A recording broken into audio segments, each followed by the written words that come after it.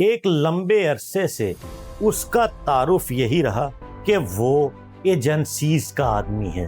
کبھی اسے ہندوستانی ایجنٹ بھی کہا گیا، غدار اور گستاخ بھی.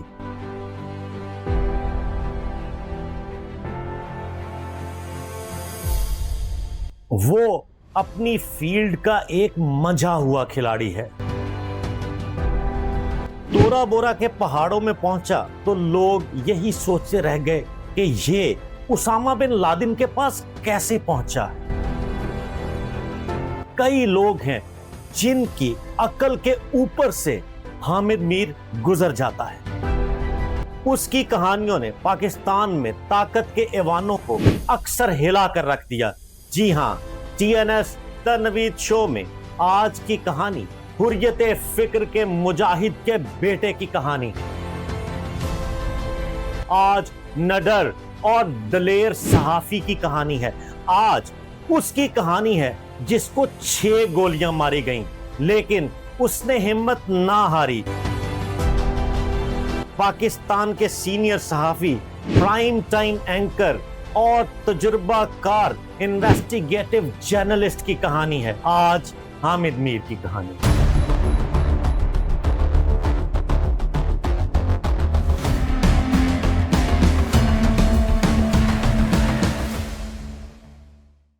اپریل 2014 کو حامد میر ڈرون حملوں کے خلاف ہونے والی ایک کانفرنس میں شرکت کے لیے کراچی پہنچے.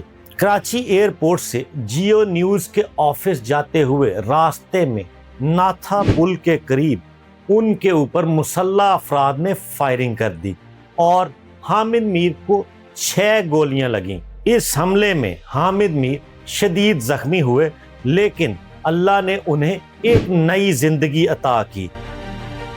انہی لمحات میں پورے پاکستان میں یہ خبر جنگل میں آگ کی طرح پھیل چکی تھی.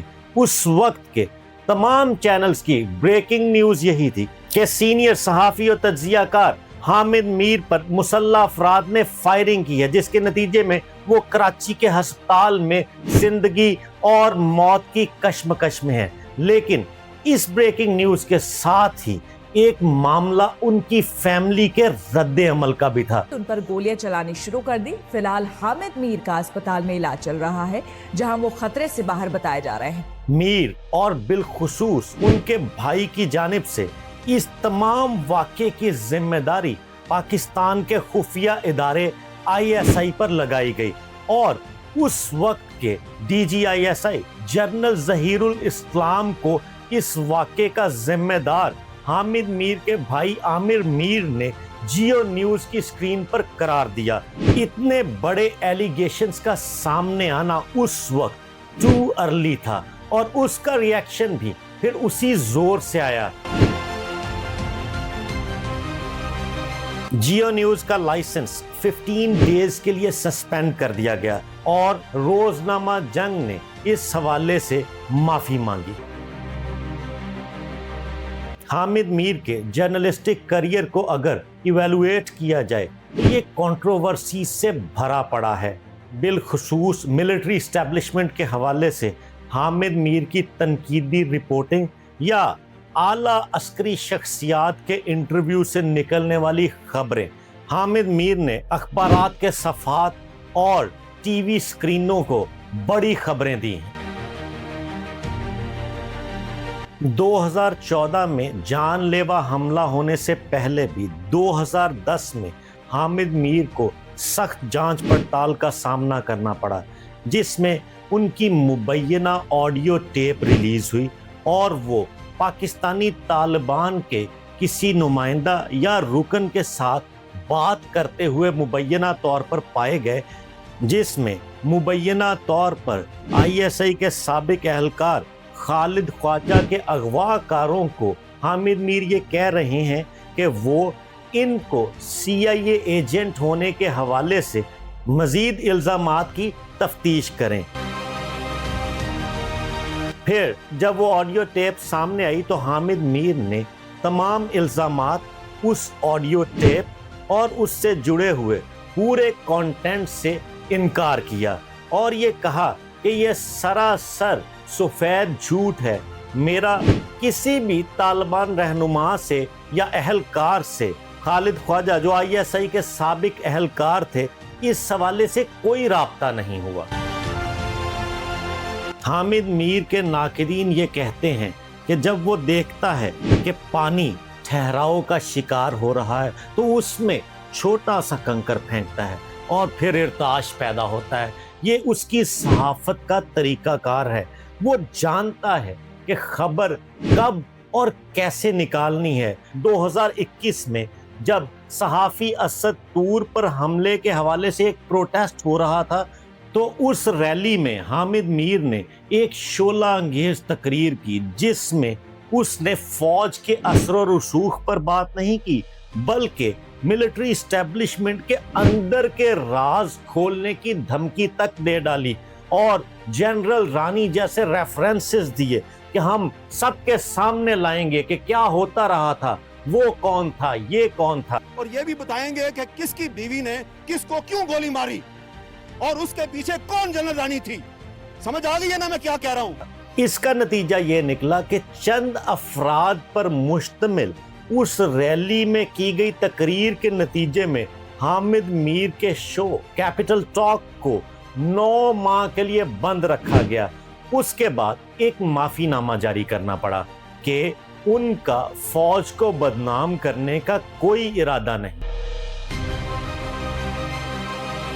हामिद मीर पाकिस्तानी सहाफत की वो अनसॉल्व्ड मिस्ट्री है जो लोग गुत्थियों को खोलकर समझना चाहते हैं।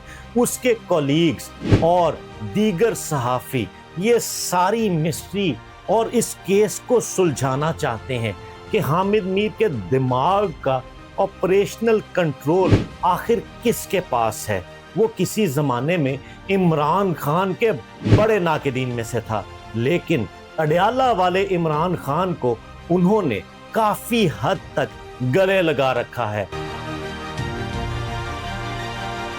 पाकिस्तान के इंटरेस्ट और सालमियत पर बात आती है तो हामिद मीर सफ़े अव्वल में पाक फौज के साथ खड़ा होता है, लेकिन मुल्क के दाखिली मामलात में देखा जाए तो वो इसी इस्टेब्लिशमेंट का एक बड़ा नाकिद बन जाता है।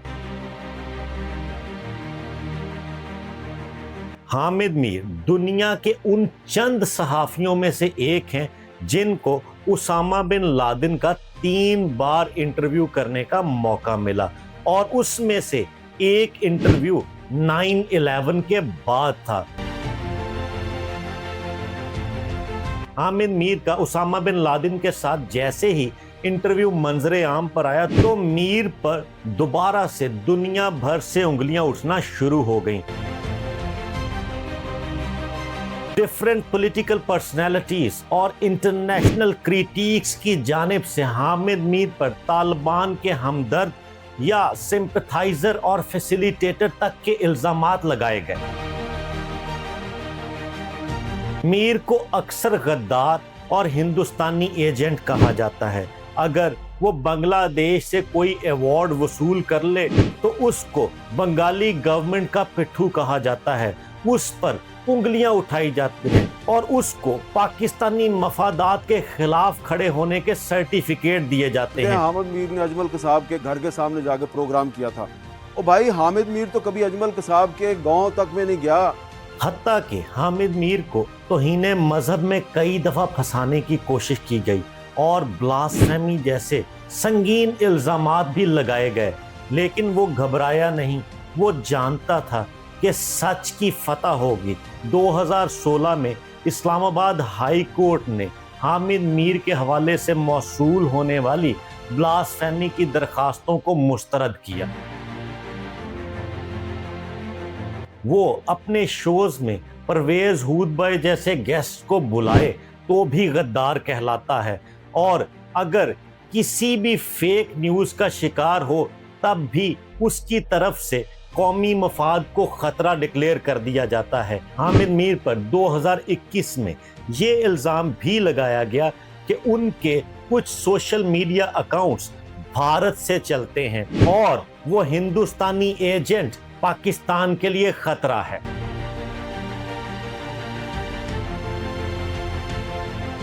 हामिद मीर 23 जुलाई 1966 को पैदा हुए। उसके जेनेटिक कोड में जर्नलिज्म है।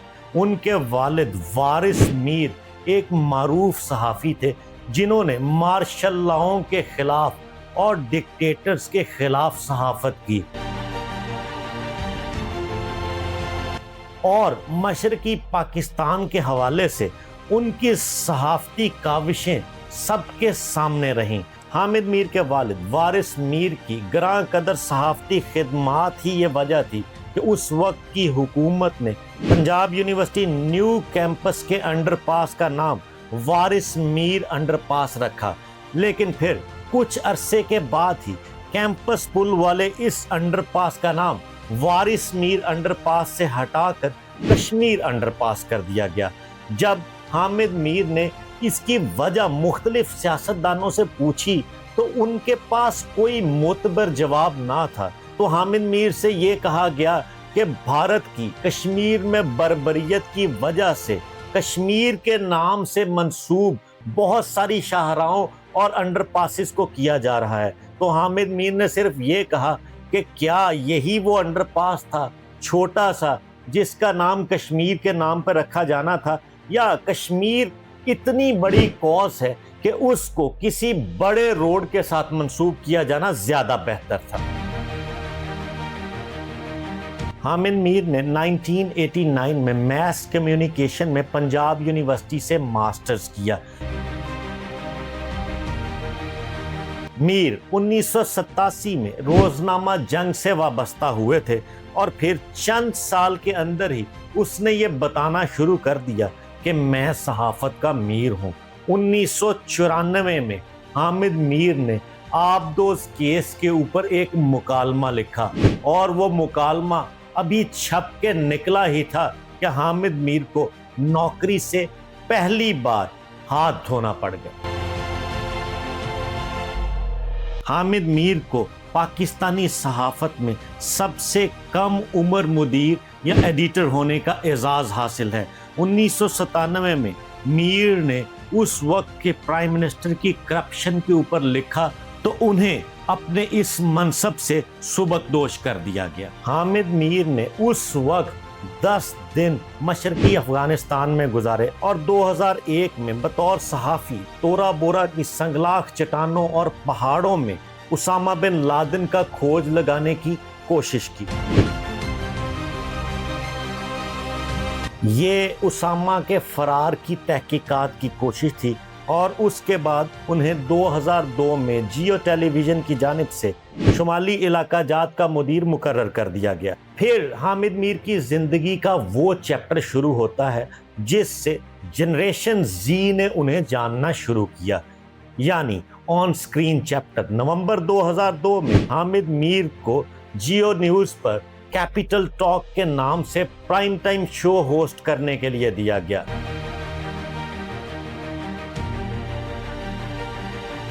जो हालाते हाजरा पर सियासी मुबाहसा था। अगर कैपिटल टॉक को पाकिस्तान की इस तर्ज़े सहाफत के पहले टॉक शोज में रैंक किया जाए तो गलत नहीं होगा। मीर ने कैपिटल टॉक के अलावा रोजनामा जंग और द न्यूज़ के लिए कॉलम्स भी जारी रखे। हामिद मीर ने जुल्फ़िकार अली भुट्टो के सियासी फलसफे पर एक किताब भी लिखी जिसका नाम भुट्टो की सियासी पेशगोइयां और चौथा मार्शल लॉ था। हामिद मीर की जिंदगी की कंट्रोवर्सीज, अप्स एंड डाउन्स हमें ये बताते हैं कि पाकिस्तान में सहाफत का तरीकाकार और तर्ज क्या है। क्या पाकिस्तानी सहाफत इस वक्त आज़ाद है? अगर आज़ाद है तो कितनी आज़ाद है? अगर पाबंदियों का शिकार है तो कितनी पाबंदियों में जकड़ी हुई है? ये आपको हामिद मीर और इस जैसे सीनियर सहाफ़ियों का कंटेंट बताता है। हामिद मीर का प्रोग्राम अगर रिकॉर्ड होकर प्रीव्यू होता है और फिर ऑन एयर किया जाता है तो उससे भी हालात का अंदाजा लगाया जा सकता है। हामिद मीर को गुस्ताख, इंडियन एजेंट या गद्दार कहने वाले असल में حامد میر کی صحافتی طاقت کو تسلیم کر رہے ہوتے ہیں۔ हम सारे गद्दार हैं। حامد میر کی رگوں میں صحافت کا خون دوڑتا ہے اور وہ صحافت میں بہت سارے لوگوں کا استاد ہے۔ اس میں یہ شرط نہیں ہے کہ آپ کو حامد میر کا طرز صحافت، نظریہ یا سوچنے کا زاویہ کیسا معلوم ہوتا ہے۔ ٹی این ایس دا نوید شو میں کہانیوں کا یہ سلسلہ آپ کے لیے جاری رہے گا۔ روشنی کا سلسلہ، سوچنے اور سمجھنے کا سلسلہ، بات کی گہرائی تک جانے کا سلسلہ، لوگوں کو جاننے اور جانچنے کا سلسلہ۔ آپ ہمارے ساتھ جڑے رہیے گا۔